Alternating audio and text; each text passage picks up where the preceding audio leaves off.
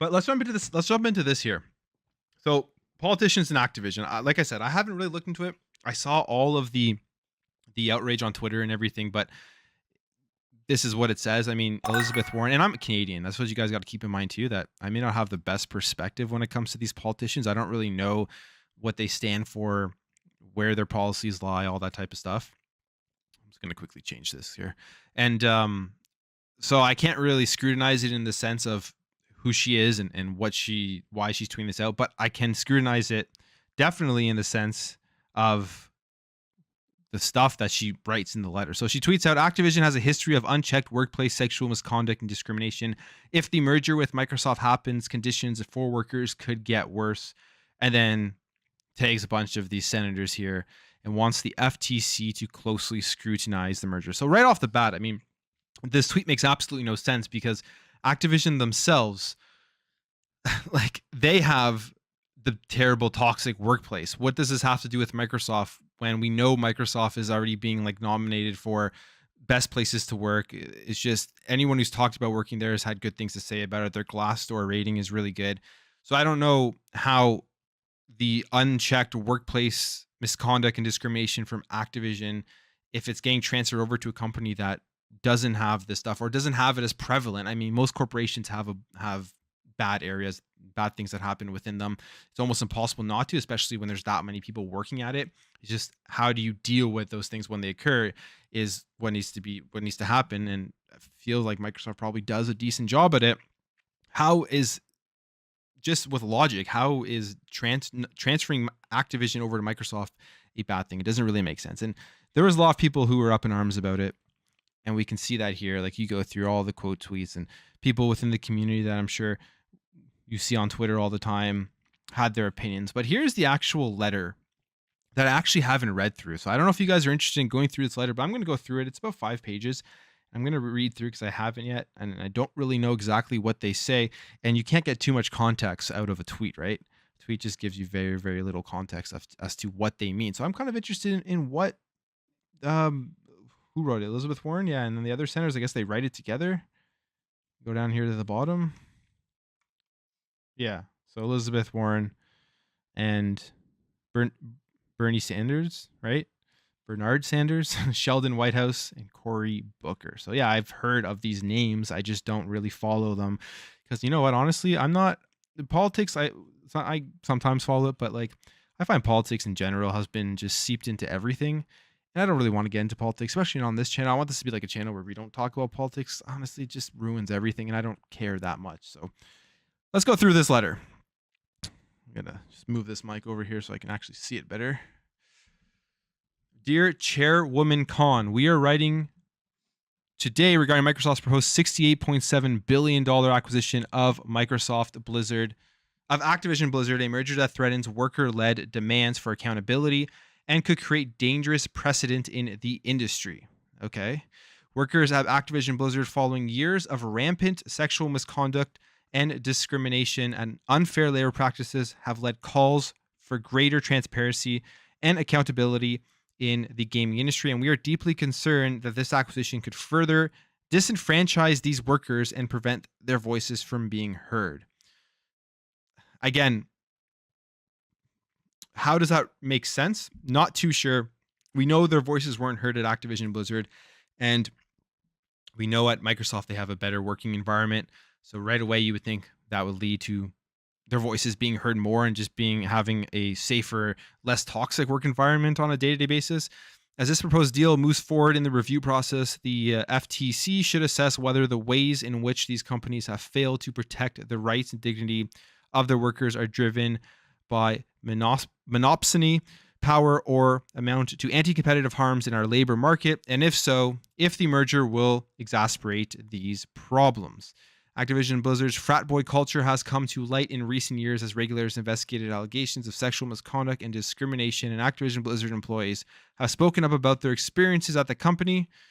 They say here, September 2021, Activision Blizzard agreed to pay $18 million to settle allegations with the Equal Employment Opportunity Commission over gender-based harassment and retaliation at the company. And I think just recently that actually got passed, or they have to pay that money. The whatever that is, like the California court said that they had to pay that. um, that settlement. Following an investigation that started in May, which I mean, $18 million to them is absolutely nothing, right? $18 million. It's a drop in the bucket for Activision Blizzard. Following an investigation that started in May 2020, the EEOC alleged that Activision Blizzard employees were subjected to sexual harassment that was severe or pervasive to alter the conditions of employment, and the company failed to take corrective and preventative measures. Okay, so they keep going on here. 2021, California Department of Fair Employment and Housing filed a suit against Activision Blizzard alleging gender-based discrimination.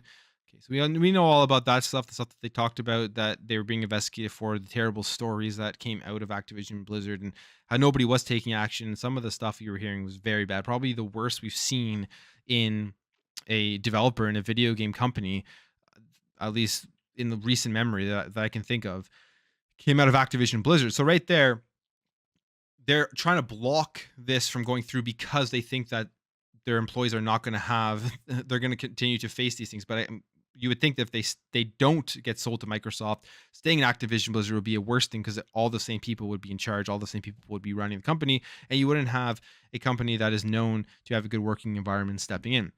Activision Blizzard is also facing a wide-ranging investigation from the Securities and Exchange Commission into its handling of sexual misconduct and discrimination that has enmeshed several senior executives, including CEO Bobby Kotick. Despite Mr. Kotick's professed ignorance, internal documents and interviews released in November 2021 showed that he was aware of several sexual misconduct issues, including alleged assaults, and failed to inform the board of directors or regulators. Wall Street Journal report in 2019, Mr. Kotick explicitly intervened on behalf of an employee accused of sexual harassment against the recommendations of the Human Resources Department, and that in 2020 he was aware of an email from 30 female employees. Okay, so we know all about this stuff. I don't need to read through it all. Blah, blah, blah, blah. They're talking about everything that happened. In addition to allegations that Activision Blizzard fostered and protected a culture of sexual misconduct. Okay, yeah, we know all that. I mean, this is old news. We've heard about this for a while now. And then they continue on talking about all the different stuff. And I guess what they're getting at here, so Activision Blizzard employees have worked to bring the highlighted issues to light and advocate for change in the organization progress that could be threatened by Microsoft's proposed acquisition. That makes absolutely no sense. It's almost like they have no idea what they're talking about when writing this letter, which is funny because you always see these older politicians, and they just, it blows my mind, politicians, when they write things like this, they propose things like this. Do they even take 5 seconds to look at what they're writing and if it makes any sense based on the situation in what's occurring in real life? Comparing Activision to Microsoft and saying that progress could be threatened by Microsoft's proposed acquisition, when in reality we've seen Phil Spencer, we've seen the way he acts with Xbox, we've seen what they want to do. It just doesn't make any sense, this letter so far at all, from what I've read. Over 1,500 Activision Blizzard employees participated in a walkout in response to the July 2021 Department of Fair Employment. Okay, I remember that walkout. Mr. Koch's covered up widespread issues of the company. Conducted the walkout, ABK Workers Alliance, all that stuff. Following Activision Blizzard's layoffs of Raven. So Raven, this is another thing to talk about here, is the Raven software QA workers, right? So the QA workers are trying to unionize, and just recently, I think it was like last week or the week before, where Microsoft had come out and said that they can do what they want with the unionization. They don't care. If they want to unionize, go ahead. They're not going to stand in the way whatsoever, which you could say that's great on Microsoft. You can also look at it from, I guess, the negative point of view is they can't really make any changes. They can't really do anything right now. They don't own Activision Blizzard, and there's no way they would come out and say, like, we don't want this union to occur, because then that would probably give these politicians even more things to worry about and complain about with this deal and it potentially going through or not. But we also saw, I think it was Hogue Law on Twitter. If I found it, if I can find the tweet, let me see here. If I can find the tweet here, probably can't. It's probably way down. But I think it was, yeah. I'm not gonna look for it. But I think it was Hogue Law on Twitter that basically said that within the actual deal itself, the only way that there could be a union when the deal goes through is if they did they renegotiated parts of the deal or something like that. So that's why they have to, he said they have to do more than just say they're not going to stand in their way. They'd have to actually go ahead and renegotiate the deal or something along those lines. So yeah, but they did say they weren't going to stand in the way. And I don't see why they would. It doesn't really make too much sense. So I guess they also talk about that here as well. They say, although Microsoft announced in March 2022 that it would not stand in the way if Activision Blizzard recognized the proposed union, this announcement appears to be a little more than lip service. I mean, that's kind of true based off of what I've read.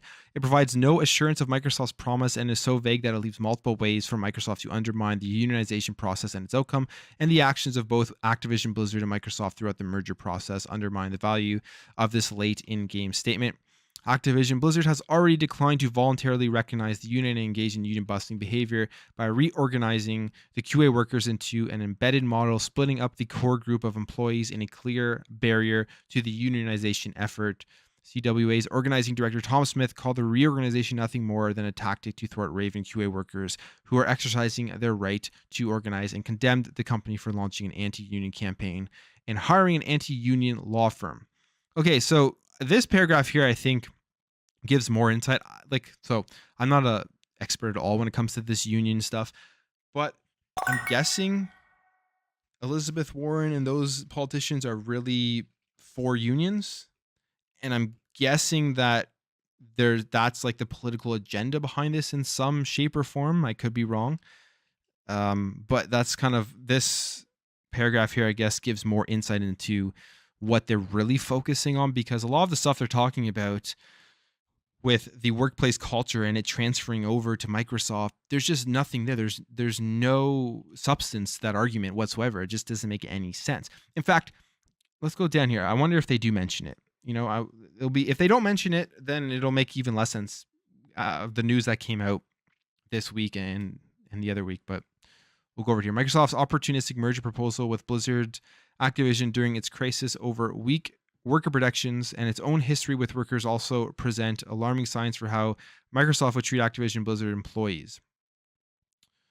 In 2014, okay, so I heard about this. 2014, 38 of Microsoft's temporary workers in quality assurance successfully formed a union, only to see the company eliminate all their job 2 years later.